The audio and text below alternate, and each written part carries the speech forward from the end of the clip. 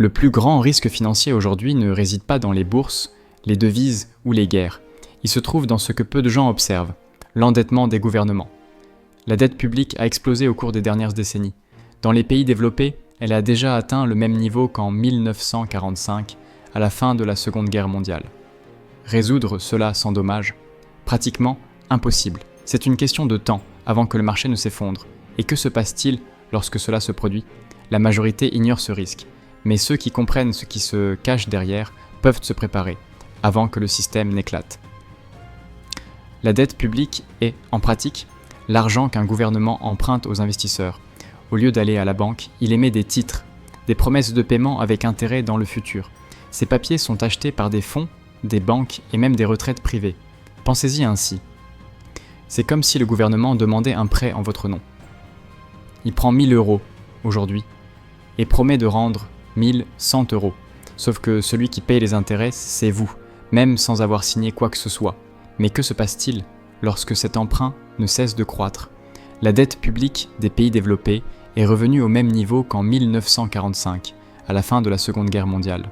Depuis, plusieurs chocs ont forcé les gouvernements à dépenser plus qu'ils ne perçoivent. La crise financière mondiale en 2008, la pandémie en 2020, l'inflation et la guerre en Europe en 2022. Chaque fois que le monde entre en turbulence, les États assument le rôle d'assureurs de dernier recours. Ils distribuent des stimuli, sauvent des entreprises, soutiennent des familles, et pour cela, ils émettent plus de titres. Mais ce modèle fonctionne-t-il encore ? Ou sommes-nous sur le point de voir la facture la plus élevée de l'histoire moderne arriver sur la table ? La vérité est que, pour de nombreux politiciens, s'endetter est plus facile que de couper les dépenses ou d'augmenter les impôts. Les élections récompensent ceux qui promettent le plus, pas ceux qui font des ajustements difficiles. Résultat, la facture est repoussée d'année en année. Le problème, plus la dette s'accumule, plus le système devient fragile. Pendant plus d'une décennie, cela ne semblait pas un grand problème. Avec des taux d'intérêt proches de zéro, les gouvernements pouvaient s'endetter pratiquement sans coût. C'était de l'argent gratuit. Mais cette époque est révolue. Les taux d'intérêt ont augmenté, et maintenant le coût de la dette a également cru, et rapidement. Mais si l'endettement est si important, pourquoi continue-t-il ? Qui en profite ? Et qui paie la facture à la fin ? La réponse réside dans le mécanisme qui sous-tend la dette. Et c'est là que les choses commencent à devenir plus préoccupantes. Pour chaque titre émis, il y a quelqu'un de l'autre côté qui achète. Les gouvernements émettent des dettes, mais ceux qui financent cela sont des banques, des fonds de pension, des compagnies d'assurance et des investisseurs institutionnels. Ces titres deviennent des actifs dans les bilans de ces institutions. C'est le principe de base du système financier. La dette de l'un est le patrimoine de l'autre. Cela crée un paradoxe. Plus le gouvernement est endetté, plus la base d'actifs de nombreux fonds est importante.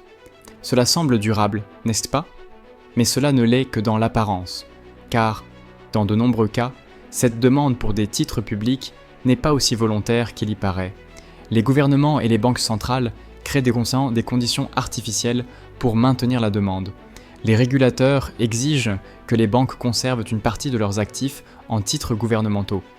Les fonds de pension sont également incités à faire de même.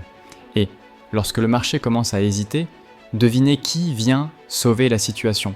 Les banques centrales elles-mêmes, en imprimant de l'argent et en achetant ce que personne d'autre ne veut. Cet environnement de taux d'intérêt bas a eu un effet collatéral invisible. Il a masqué le véritable risque de la dette.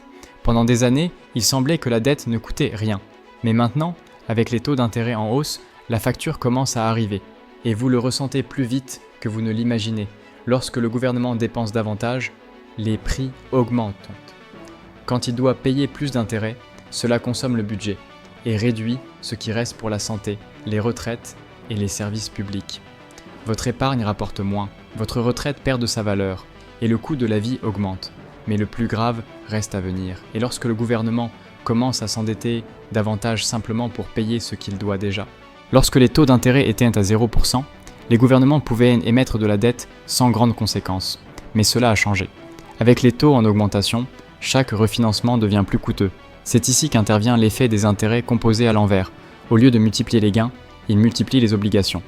Et rapidement. Imaginez un gouvernement qui paye 50 milliards d'euros en intérêts par an. S'il n'a pas cet argent en caisse, que fait-il ? Il émet une nouvelle dette, mais maintenant avec des taux d'intérêt plus élevés. L'année suivante, le montant des intérêts augmente, et pour le payer, ils s'endettent davantage. Le cycle vicieux commence. C'est le piège du service de la dette, lorsqu'une part croissante du budget ne sert qu'à payer les intérêts de la dette précédente. Aucun centime n'est investi dans le développement du pays. La nouvelle dette sert à payer la dette elle-même. Ce modèle n'est pas durable. Éventuellement, les investisseurs exigent des primes plus élevées pour continuer à prêter. Et quand cela se produit, le coût explose. Le risque de défaut de paiement ou de dévaluation de la monnaie augmente. Et c'est là que les crises fiscales se transforment en crises économiques complètes. C'est pourquoi comprendre les cycles de la dette est fondamental. Savoir à quel point nous en sommes vous aide à protéger votre portefeuille. En phase d'endettement accéléré, les actifs liés à l'inflation prennent de l'importance. Car même si le gouvernement inflige une inflation à la monnaie pour rembourser la dette, vous en sortez toujours gagnant. Et ceci n'est qu'une stratégie. Tout au long de la vidéo, vous découvrirez 3 autres manières pratiques de vous protéger dans ce système qui devient de plus en plus fragile. Mais que se passerait-il si les banques centrales ne faisaient pas seulement que permettre, mais en réalité stimuler ce cycle encore plus? Lorsque les taux d'intérêt augmentent excessivement, le coût de la dette publique explose. C'est à ce moment-là que les banques centrales interviennent. Au lieu de laisser le marché définir les prix des obligations, elles prennent des mesures. Elles achètent de grands volumes de dettes émises par les gouvernements, gonflant artificiellement la demande. Cela maintient les taux d'intérêt bas, même lorsque la réalité dirait le contraire. Ce processus porte un nom, assouplissement quantitatif. La banque centrale imprime de l'argent et achète des obligations sur le marché. Quel est le résultat? Le gouvernement parvient à continuer à s'endetter sans augmenter le coût du crédit, mais cela a un coût caché. Le cas du Japon est un exemple extrême. La dette publique dépasse 200% du produit intérieur brut, mais les taux d'intérêt restent proches de zéro. Comment est-ce possible? La Banque du Japon achète presque toute la dette émise, contrôlant ainsi le marché. C'est comme si le gouvernement empruntait de l'argent à lui-même. La conséquence de cette manipulation prolongée est une inflation cachée. La perte du pouvoir d'achat ne se manifeste pas immédiatement, mais elle s'accumule. Tout augmente, même si les chiffres officiels tendent à atténuer dans les gros titres les effets de cela. C'est pourquoi les actifs réels gagnent en pertinence. L'or, les terres et les matières premières ne peuvent pas être imprimés par une banque centrale. Ils conservent de la valeur même lorsque la monnaie fiduciaire est dévaluée et perd la confiance. Si vous n'avez pas encore considéré ces protections dans votre portefeuille, il est peut-être plus que temps. Mais ce ne sont pas seulement les gouvernements qui s'appuient sur des dettes croissantes. Le secteur privé nourrit également ce problème. Il existe un groupe sur le marché qui agit comme une sorte de contrôle silencieux des finances publiques. Ce sont les appelés vigilants des obligations. Des investisseurs qui, dès qu'ils constatent qu'un gouvernement a perdu la discipline budgétaire, c'est simplement d'acheter ces titres, ou pire, commencent à les vendre en masse. Lorsque cela se produit, l'impact est immédiat. Les intérêts s'envolent, la valeur des titres s'effondre et la confiance s'évapore. Le cas le plus emblématique, récemment, a été celui du Royaume-Uni en 2022. Le gouvernement de Liz Truss a annoncé des réductions d'impôts agressives sans indiquer d'où viendrait l'argent. Résultat, le marché a paniqué. Le prix des titres a chuté à tel point, et si rapidement, que des fonds de pension se sont retrouvés au bord de l'effondrement. La Banque d'Angleterre a dû intervenir en urgence. Et le gouvernement a fait marche arrière. Truss est tombé quelques semaines plus tard. Cet épisode a montré comment le marché peut en effet imposer des limites. Et lorsqu'il perd confiance, l'ajustement est brutal. Aucun pays, aussi développé soit-il, n'est à l'abri. Imaginez maintenant cela, se produisant à une plus grande échelle. Et si, en plus du secteur public, le secteur privé était également saturé de dettes? Et si une bulle silencieuse était sur le point d'éclater? Lorsqu'on parle de dette, il est courant de ne penser qu'au secteur public. Mais la vérité est que les entreprises, les familles et les consommateurs se sont également endettés de manière agressive au cours des dernières décennies. Et ce comportement est directement lié à l'escalade de la dette des gouvernements. Il existe une symbiose silencieuse entre le secteur privé et l'État. L'un nourrit l'autre. Voici comment cela fonctionne.